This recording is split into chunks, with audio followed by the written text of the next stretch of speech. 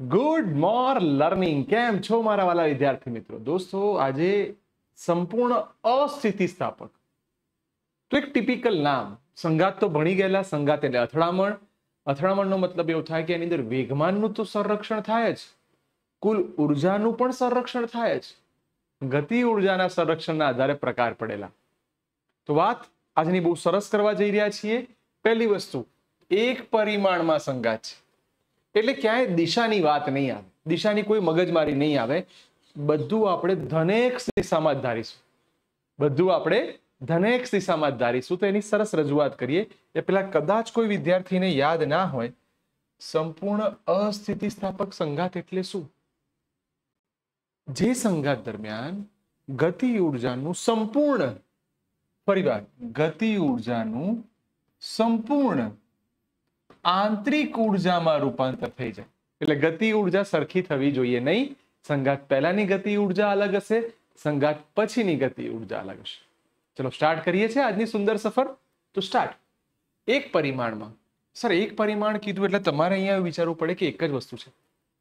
મસ્ત એક્ઝામ્પલ આપું. તમે પિક્ચરમાં જોયું છે, કોઈ પણ હોય એના ગોળી વાગે આમ સીધો ફેંકાઈ જાય. જોયું છે? ગોળી વાગે એટલે વ્યક્તિ ફેંકાઈ જાય. આપણે એવું ધારીએ છીએ કે ગોળી આર પાર જતી નથી. તો આને સમજવા માટે પહેલી વસ્તુ કે એક બુલેટ વિચારો. ચલો બેટા, બુલેટ એટલે ગોળી, ગોળીનું દળ m1, વેગ v1. સર, એ સામેની સાઈડ ઉપર સ્થિર પડેલા એક બોક્સ કે જેનું દળ m2 છે. શબ્દ તમે વાપર્યું સ્થિર પડેલા. સ્થિર પડેલા. સ્થિર હોય એટલે એનો પ્રારંભિક વેગ કેવો થઈ જાય બેટા? 0. અને આ ગોળી સીધી બ્લોકમાં આવીને ઘૂસી જાય છે. તો હવે શું થવાનું? આ બ્લોક સહેજ પાછો ફેંકાશે, ગોળી એની અંદર સમાઈ જાય છે. તો હવે ટોટલ દળ જોવા જવું તો ટોટલ દળ દીકરાઓ m1 પ્લસ m2 કહેવાય. હા સર. હવે આનો વેગ મને નથી ખબર, મારે શોધવાનો થશે એટલે મેં નામ આપ્યું વી ફાઇનલ. તો આ બંનેને મારા પ્રારંભિક વેગ લખવા પડે. એટલે તમે આને એવું લખી શકો છો v1i v2i. સર, કોઈ પણ સંઘાત હોય બે વસ્તુનું સંરક્ષણ થાય છે. એ પૈકી દરેક દાખલામાં વેગમાનનું તો સંરક્ષણ થવાનું જ. તો પહેલું કામ એ કરો બેટા કે તમે વેગમાન સંરક્ષણને એપ્લાય કરો. વેગમાન સંરક્ષણ. ચલો બેટા, સુંદર શરૂઆત કરી રહ્યા છીએ. વેગમાન સંરક્ષણ જ્યારે શબ્દ આવે તો યાદ કરો, અથડામણ પહેલાનું વેગમાન ઇઝ ઇક્વલ ટુ અથડામણ પછીનું વેગમાન. ચલો, અથડામણ પહેલાનું વેગમાન લખવા જાઓ તો m1 v1i plus m2 v2i. અથડાયા પછી બંનેના દળોનો શું થશે? સરવાળો. એટલે m1 પ્લસ m2, અને એનો વેગ શું થઈ જવાનો? v final. ફરીવાર, અથડામણ પહેલા m1 પ્લસ m2, અથડાયા પછી બંનેના દળોનો સરવાળો. સર, ડન છે. આના ઉપરથી એક વસ્તુ મને યાદ આવી. સર, આ તો સ્થિર સ્થિતિમાં છે એટલે આને આપણે ધ્યાનમાં ના લઈએ.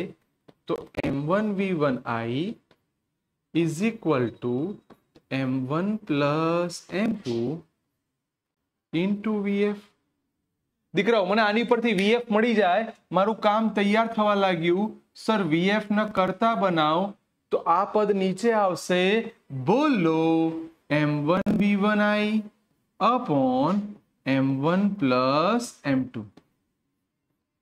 સર, મારી પાસે સરસ મજાનું એક સ્ટેપ તૈયાર થઈ ગયું કે મારે જે અંતિમ વેગ શોધવાનો હતો એ અંતિમ વેગનું એક સમીકરણ મળ્યું. સર, ડન છે. આ અંતિમ વેગનું સમીકરણ એટલા માટે શોધ્યું કે હવે જઈ રહ્યા છીએ આપણે ગતિ ઉર્જાની અંદર. તો ગતિ ઉર્જામાં જઈએ તો શરૂ કરીએ છીએ નંબર 1. પહેલું સ્ટાર્ટિંગ કરીએ છીએ અથડામણ પહેલાની ગતિ ઉર્જા. ચલો દીકરાઓ, અથડામણ પહેલાની ગતિ ઉર્જા તમે બોલો છો તો એને કહેવાય કે ઇનિશિયલ. શું કહેવાશે બેટા? કે ઇનિશિયલ. અથડાયા પહેલાની ગતિ ઉર્જા. એટલે આ ગતિ ઉર્જા થઈ. સૂત્ર બોલી જાઓ, half m1 v1i square plus half m2v2i². પણ સર બીજો પદાર્થ તો સ્થિર છે, બતાવવું પડે, પણ હવે કહી દઈશું સ્થિર છે તો એનો વેગ કેવો થઈ જવાનો? 0. 0 એટલે આના ધ્યાનમાં લેવાય નહીં. તો કે ઇનિશિયલ બરાબર હાફ m1v1i². બોલો, પ્રારંભિક ગતિ ઉર્જા તમારા મગજમાં સરસ રીતે તૈયાર થઈ જવી જોઈએ. સર પ્રારંભિક ગતિ ઉર્જા ડન છે, હવે અંતિમ ગતિ ઉર્જા લાવી દો. ચલો, અંતિમ ગતિ ઉર્જા છે ને થોડાક સ્ટેપ એના લાંબા આવશે, એટલે એને સમજાવવા માટે અહીં લખું છું. અંતિમ એટલે કે અથડામણ પછીની ગતિ ઉર્જા. તમે અંતિમની જગ્યાએ લખી શકો છો અથડામણ પછીની ગતિ ઉર્જા.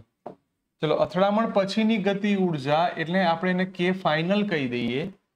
તો આ રહ્યું અથડામણ પછી. તો લખાવો બેટા, half m1 plus m2 into v final square. Sir done.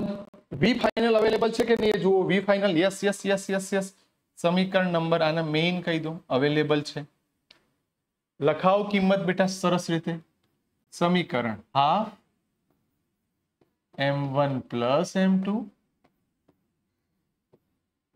હવે આ જે લખાવશો ને એને ધ્યાન રાખજો, સ્ક્વેર કરીને લખાવો. સ્ક્વેર કરીને લખાવો તો m1 સ્ક્વેર v1i² છેદમાં m1 પ્લસ m2 નો હોલ સ્ક્વેર. ચલો, કેટલું ઉડી જશે ને પદ આપણને મળશે જુઓ. તો હું આવું બોલું છું, એક પદ ઉડી ગયું, ઘાત ઉડી ગઈ. હવે શું રહેવાનું? કે final is equal to half, બોલો બેટા, m1 સ્ક્વેર નીચે m1 plus m2 into v1i². ચલો, મારી પાસે અંતિમ ગતિ ઉર્જા પણ તૈયાર થઈ ગઈ. સર તૈયાર થઈ ગઈ છે બંને ગતિ ઉર્જા, પ્રારંભિક અને અંતિમ. તમે જોઈ શકો છો બંને સરખી નથી. બંને સરખી હોત તો આપણે એને સ્થિતિસ્થાપક સંગાત કહેત. બંને સરખી નથી તો અસ્થિતિસ્થાપક સંગાતની અંદર આપણે ગતિ ઉર્જામાં થતો ફેરફાર શોધવો પડે. સર ગતિ ઉર્જામાં થતો ફેરફાર એટલે ડેલ્ટા કે. ડેલ્ટા કે એટલે પ્રારંભિક માઇનસ અંતિમ. સર ઘણા થાય અત્યાર સુધી બધી જગ્યાએ આપણે બોલ્યા અંતિમ માઇનસ પ્રારંભિક. આમાં કેમ? કારણ કે બેટા આની ગતિ ઉર્જા વધારે છે. ગોળી આવતી હોય એનો વેગ વધારે, ગોળી સીધી મારી અંદર ઘૂસી જાય, આરપાર ના થવી જોઈએ, મારી અંદર ઘૂસી જાય ને ભાઈ મારી બોડી પાછી ફેંકાય તો એનો વેગ ઓછો હોય. ફરી ગોળીનો વેગ વધારે, ગતિ ઉર્જા વધારે, એ મારી અંદર ઘૂસી જાય તો હું સેજ પાછો જઈશ. કે એવું નહીં ગોળી વાગશે હું ફેંકાઈ જઈશ, એવું તો નહીં થવાનું કે 20 કિલોમીટર દૂર જતા રહ્યા. હા, મિસાઇલ્સ હોત તો અવશ્ય એવું થાત, પણ એ ગોળી છે એનું દળ મારા કરતા ઓછું છે એટલે મારી અંદર એ સમાઈ જાય છે. આ જ ખાસિયત છે સંપૂર્ણ અસ્થિતિસ્થાપક. ચલો, સાદુરૂપ લેવડાવશો. સ્ટાર્ટ. હવે પોઈન્ટ બદલી કાઢીએ. કે ઇનિશિયલ ટ્રાય કરો મોઢે થઈ જાય. મોઢે મોઢે મોઢે મોઢે મોઢે. Yellow mark. Start. Half m1 v1i² minus half m1 square v1i² upon m1 plus m2. હવે બેટા જોવાશે તમારી ચોકસાઈ, કોમન કાઢવાની મેથડ. તો ટ્રાય કરજો કોમન કાઢવામાં ધ્યાન રાખવું. Half m1 v1i². સર આખું પદ કોમન નીકળી ગયું. કોણ રહ્યું? 1 માઇનસ m1 રહ્યું છેદમાં 2 ટાઈમ્સ m1 પ્લસ m2. ફરીવાર હાફ m1 v1² કોમન નીકળી ગયું, 1 માઇનસ આ પદ રહ્યું. ચલો લસા લઈ લઈએ. લસા લઈશું એટલે સ્ટેપ બનશે હાફ m1 v1i². લસા લેજો બેટા, લસા લેશો એટલે આ પદ સામે આવશે. ટુ નહીં આવે, ટુ નહીં આવે, ટુ નહીં આવે, ટુ નહીં આવે, ટુ નહીં આવે. ટુ તો આપણે કોમન કાર્ડ નાખેલા. ચલો શાંતિથી લસા લેવાના છે અને પદને લખવાનું છે. તો આ પદ સામે m1 પ્લસ m2, આ ભાઈબંધ આપણો માઇનસ છે, નીચે m1 પ્લસ m2. બોલો m1 ગયા? Yes sir. So half m1 v1 i square છેદમાં અહીંયા m2 ખરો ને ભાઈબંધ, છેદમાં m1 પ્લસ m2. બોલો મળી ગઈ આપણને ગતિ ઉર્જા. પણ સર આવું નહીં કે ખરખું લખો તો આમ આવડી જાય, મોઢે થઈ જાય એવું લખો ને. તો ચલો મોઢે કરી દઉં. જુઓ આની આ જ વસ્તુ કઈ રીતે લખાય? ડેલ્ટા કે બરાબર ગતિ ઉર્જાનું સૂત્ર હાફ એમ વી સ્ક્વેર. બોલો હાફ એમ વી સ્ક્વેર. હવે એમ ની અંદર તમે આ લોકોને સમજીને લખો તો તમને આને પેટર્ન સ્વરૂપે શીખવાડવા. m1 m2 દેખાઈ ગયા? હા સર. નીચે m1 પ્લસ m2 દેખાયા? હા સર. તો આનું એક સુંદર સૂત્ર બનાવી દઉં એટલે મારું કામ તૈયાર થઈ જાય. તો હું આવું કેમ તૈયાર ના કરું? ઉપર ગુણાકાર નીચે સરવાળો, ઉપર ગુણાકાર નીચે સરવાળો, ઉપર ગુણાકાર નીચે સરવાળો. તો એક્ઝામમાં 2 કે 3 માર્ક્સમાં આઈએમપી થિયરી તરીકે પૂછાય કે એક પરિમાણમાં કયું સંઘાત? સંપૂર્ણ અસ્થિતિસ્થાપક. સર અમે લોકો JEE નીટની બી તૈયારી કરીએ છીએ, તો આની સાથે અમને કોઈ પેટર્ન શીખવાડો, કોઈ શોર્ટ ટ્રિક શીખવાડો. તો આની ઉપરથી કોઈ MCQ એવો પૂછાયો, સાંભળજો બેટા, MCQ સમજજો, મજા આવશે. કે કોઈ છોકરો છે એનું દળ 10 કિલોગ્રામ છે. સાંભળજો, આવું હોય નહીં, પણ એક કામ કરો 40 કિલોગ્રામ રાખો. એટલે 5મા 6ઠા ધોરણનો છોકરો દોડતો. સાંભળજો, શાંતિથી સમજજો હું જે બોલું છું. 40 કિલોગ્રામનો એક વ્યક્તિ છે, છોકરો છે, દોડી રહ્યો છે. એનો પ્રારંભિક વેગ 20 મીટર પ્રતિ સેકન્ડ છે. ઘાય ગા દોડી રહ્યો છે. એ દોડતો તેની સામે ઉભેલા એક 60 કિલોગ્રામના એક વ્યક્તિ દ્વારા કેચ થાય છે. એટલે એક વ્યક્તિ છે, સ્થિર ઉભેલો છે, એ પેલા છોકરાના આમ કેચ કરે છે, એટલે સહેજ પાછો ફેંકાઈ જવાનો. તો એની ગતિ ઉર્જામાં થતો ફેરફાર શોધો. બોલો હવે તમને આવડી જાય? રેડી? હું તમારી જગ્યાએ છું, મારે ફટાફટ આન્સર લાવો છે.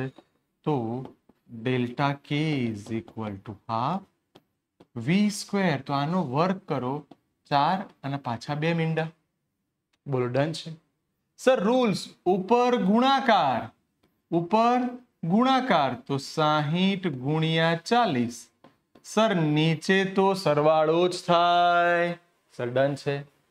1 2 1 2 2 30. તો ડેલ્ટા કે બરાબર ચોખ્ખું 16 16 તરી 48 અને એની પાછળ 2 મીંડા. બોલો મને ગતિ ઉર્જામાં થતો ફેરફાર મળી જવો જોઈએ. ફરી વાર, જેમ કે 4 તરી 12, 12 ચોક 48 અને પાછળ 2 મીંડા. Sir done.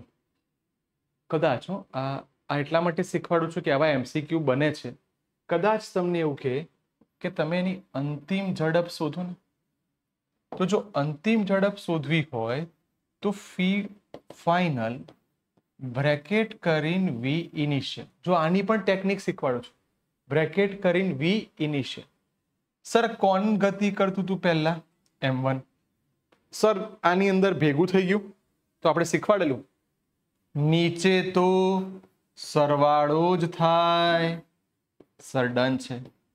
કેટલા કિલોગ્રામનો છોકરો હતો? 40. ટોટલ દળ 100.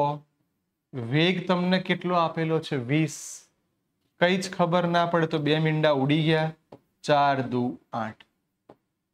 બોલો હું પર્સનલી એવી ઈચ્છા રાખું કે બધા એવું કહે છે કે આ દાખલાઓ નથી આવડતા કારણ કે આની કોઈ પેટર્ન નહીં શીખવાડી.